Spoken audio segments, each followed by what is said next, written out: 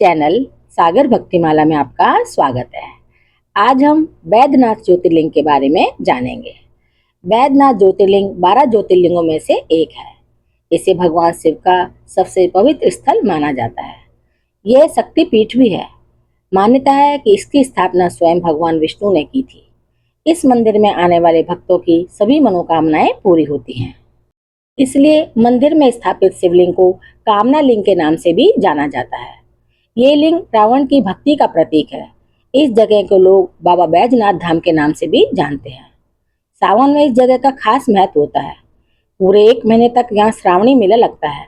सावन के महीने में दूर दूर से लोग कांवड़ लेकर बाबा के धाम पहुँचते हैं और गंगा जल चढ़ाकर उनका आशीर्वाद प्राप्त करते हैं।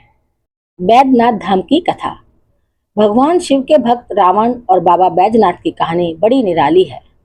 पौराणिक कथा के अनुसार रावण भगवान शंकर को प्रसन्न करने के लिए हिमालय पर तप कर रहा था। वह एक एक करके अपने सिर काटकर शिवलिंग पर चढ़ा रहा था।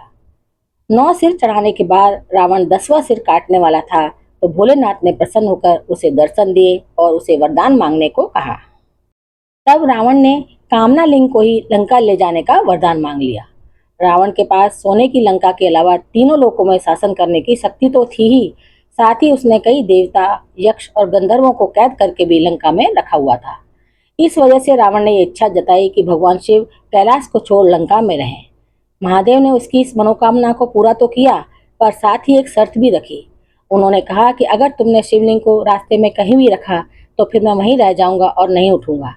रावण ने शर्त मान ली। इधर भगवान शिव की कैलाश छोड़ने की बात सुनते ही सभी देवता चिंतित हो गए।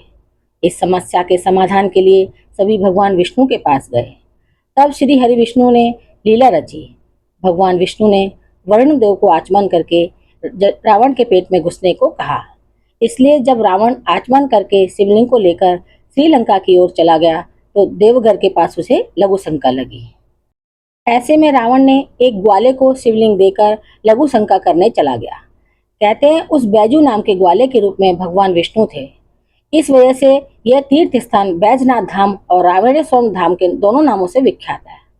पौराणिक ग्रंथों के मुताबिक रावण कई घंटों तक लघु शंका करता रहा, जो आज भी एक तालाब के रूप में देवघर में है। इधर बैजू ने शिवलिंग को धरती पर रखकर इसे स्थापित कर दिया।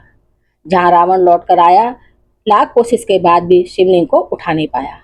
तब उसे भी भगवान की यह लीला समझ में आ गई और वह क्रोधित होकर शिवलिंग पर अपना अंगूठा गाड़ कर चला गया। उसके बाद ब्रह्मा, विष्णु आदि देवताओं ने आकर उस शिवलिंग की पूजा की। शिव जी का दर्शन होते ही सभी देवी देवताओं ने शिवलिंग को उसी स्थान पर स्थापना कर दी। शिव स्तुति करके वापस स्वर्ग को चले गए। तभी से महादेव कामना लिंग के रूप में देवघर में विराजते हैं।